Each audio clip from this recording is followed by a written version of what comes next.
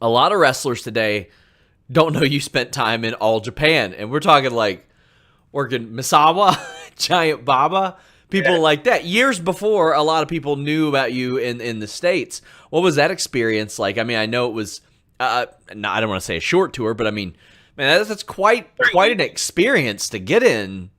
Yeah, it was 3 weeks. And I was working in Portland Wrestling at the time, and they called me up and asked me to do it, and I said sure. But I've never been a big fan of the Japan style because it's not about, at least it wasn't about plots and and storytelling. It was more about just athleticism, and I got in it for the storytelling, and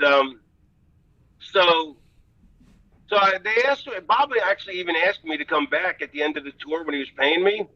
And then I never followed up on it because I was like, yeah, I don't want to, as long as I had a job here, I didn't care. Yeah. Although I ended up going back like 5 times for 5 more different companies. Yeah. Like, like people would say, hey, here's a show. We got one shot, or 3-day shows or whatever. Because 3 weeks was just too long for me anyway, You worked Dreamer over in Japan at least once. I remember hearing about that. I think Tommy talked about that.